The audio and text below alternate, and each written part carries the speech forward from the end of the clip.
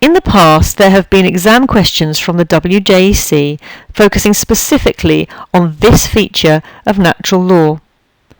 It is vital that you can pick out and explain the key features relating to it.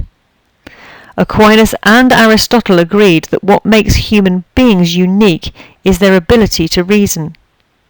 Aquinas believed that this is God's gift to humanity, given to us at the moment of our creation, when God made us imago Dei, in his image.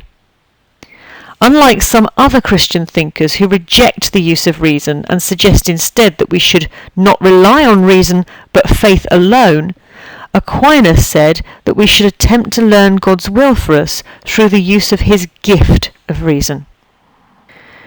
The Latin term for right reason is recta ratio.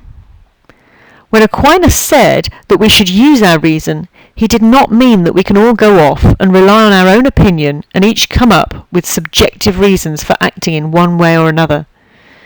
Instead, he was talking about an objective method, which is what he outlines in his natural law theory.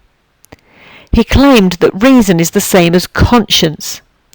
Conscience is not inner knowledge of right and wrong, but instead is a device or faculty for distinguishing right from wrong actions. There are two parts to making moral decisions. Synderesis is right reason, the awareness of the moral principle to do good and avoid evil. Conscientia distinguishes between right and wrong and makes the moral decision. By following reason rightly, we can determine what is really good.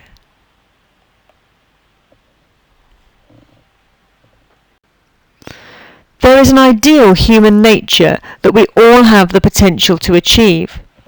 We can all potentially differentiate between real and apparent good, and we don't do evil on purpose. We reason wrongly.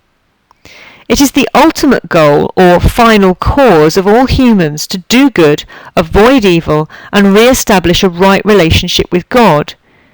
It needs re-establishing due to the fall of humanity, the sin that destroyed the fellowship with God in the Garden of Eden.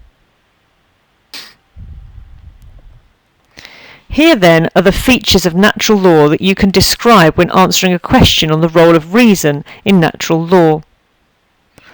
Reason can deduce the precepts and the cardinal virtues, and will do so correctly if a person has practiced prudence. Reason can help us to establish the difference between a real and apparent good.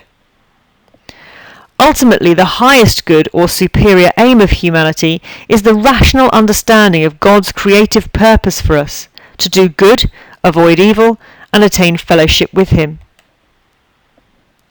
In the examination, you would be expected to detail the precepts and the relevant virtues, and to use examples as we have done in other lessons,